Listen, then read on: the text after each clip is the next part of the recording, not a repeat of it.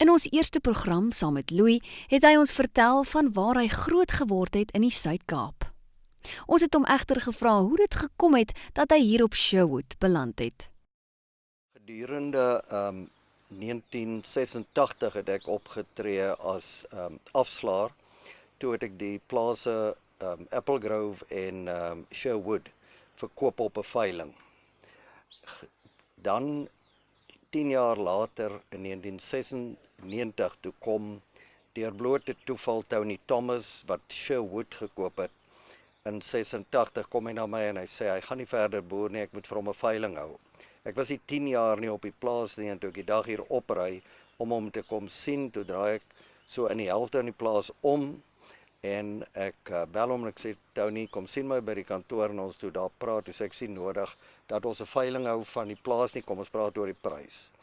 Toe koop ek Sherwood wat Tony se swaar na Robin Hood vanweë die inheemse bos, die huis na bos wat hier is baie bome vernoem het.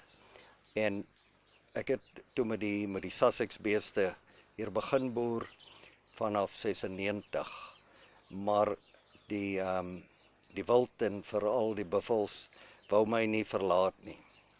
Net daarna koop ek 3 buffelverse in die Oos-Kaap vir R100,000 stuk en voor ek hulle hier aflaai verkoop ek hulle vir R130,000 en toe stop my boerdery weer en al my idees. Gedurende 2009 was hier die drang nog steeds in my bloed om met buffels hier te boer. En Frederik Becker het toe by ons aangesluit, jong seun, met die doel om van hom 'n afslaer te maak, wat hy toe uiteindelik goed gedoen het ook, of nou nog doen. En Frederik, toe hy nou hoor van die buffels, hy kom van 'n plaas in die Oos-Kaap, moet ek sê, was dit die laaste strooi. Hy het my so aangemoedig, my maand 2009, toe klim ek en hy in die bakkie en ons ry na Louis en Janus Kotse in Swellendam en ons gaan koop 9 verse en 5 bulle, jong bulle. Ek het, soos julle nou kan sien, wie begin nou met 9 verse en 5 bulle, maar nou ja, dis soos 'n mens leer deur die jare. En my kriterium vir die aankoop van die buffels op daardie stadium was dat ek gaan moet hulle boer in relatiewe klein kampe op 'n klein plaas en ek moet diere kry wat reeds gewoond is daaraan en ook aan die voeding. Daarna het ek in die Oos-Kaap gekoop en uiteindelik nie lank nie het die veilings in die noorde my begin trek en het ek Pieter Toy, Norman Adamy en JAG op 'n gereelde basis geskakel. En dit was nie lank nie, toe begin ek koop op die veilings in die noorde. En het ek seker vandag in meer dan 50% van die provinsies al buffels gekoop. Dit was aan die begin 'n uitdaging deurdat hoofsaaklik en meer in die noorde is die grasse soet van aard, terwyl ons hierdie welige groen kokoejo ensovoorts het, maar is 'n suurgras. So, wanneer jy die dier van bo af bring om sy mikrobes in die maag om te skakel, my pa het altyd 'n liter pensmis vir 'n skaap uit die Karoo ingegee, en binne 2 dae het hy die gras gevreet en was sy maag aangepas, maar 'n buffel kan jy dit nie doen nie. So in die begin het ons geleer, ons het skade gehad, ons het gesukkel, Shaka van Norman Adamy af, die hoofteelbul vandag, het 'n jaar of 2, 3 gevat om aan te pas op hierdie kokoejo. Uiteindelik gaan dit goed met hom. Ons het geleer dat die antwoord vir ons is, as jy eerstens kan 'n buffel koop uit hierdie area van ons, dan betaal jy nooit vir hom te veel nie. Jy moet al daardie moeite doen, maar buffels was nog baie skaars hier, so ons moes buite koop. Wat is die planne? Ons het hulle begin sit in 'n klein kamp of 'n groot bouma met relatief min kokoejo en ons het van die voer wat hulle bo gevreet het afgeraai, hulle of gemaal of die bale gebring en hulle dan begin met 'n 10% kokoejo mengsel met 90% van die voer bo en dan so binne 'n maand dan het jy hulle oorgeskakel na ons kokoejo en ons droëvoermengsel wat ons gee.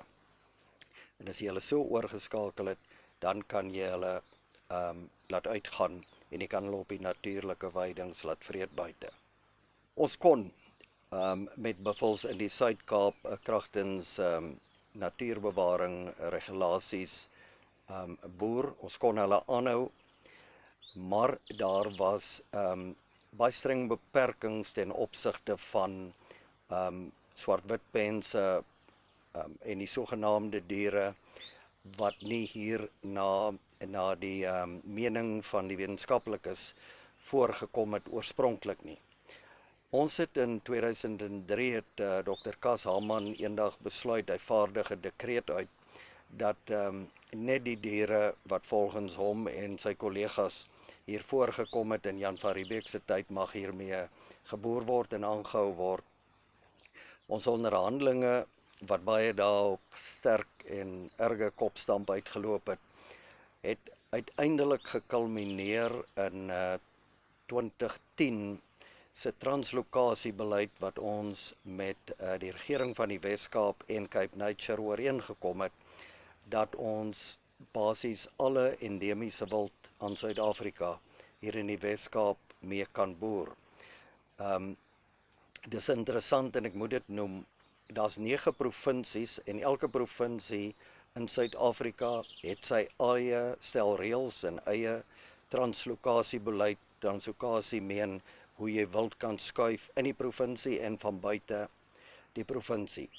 Die Wes-Kaap wat na my mening die kleinste provinsie in die snye in die koek is, die totaliteit van die wildbedryf in Suid-Afrika, het toe met hierdie onderhandelinge deur die kommersiële wildbedryf, die ondersteuning van WRSA, het hulle die provinsie geraak in 2011-12 wat die eerste geformaliseerde wettige translokasiebeleid het, wat sedertdien toegepas word.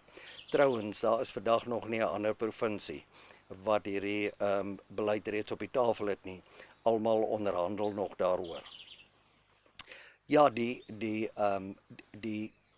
totstandkoming van daardie beleid deur hierdie jare beskou ek as een van die grootste mylpale wat ek in die wildbedryf behaal het.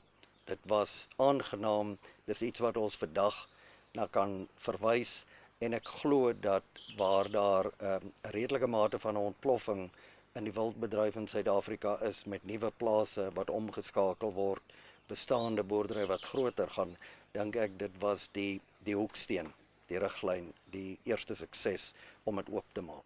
In die volgende episode vertel Louis ons hoe daar op Sherwood met buffels geboer word. Ons speen ons bulle op 15 tot 18 maande, dan jy moet jouself wanneer jy verkoop as 'n koper sien. En so, wat is daar lekkerder as om nou met 'n buffel te kan boer as jy hou van boerdery en jy hou van die grond.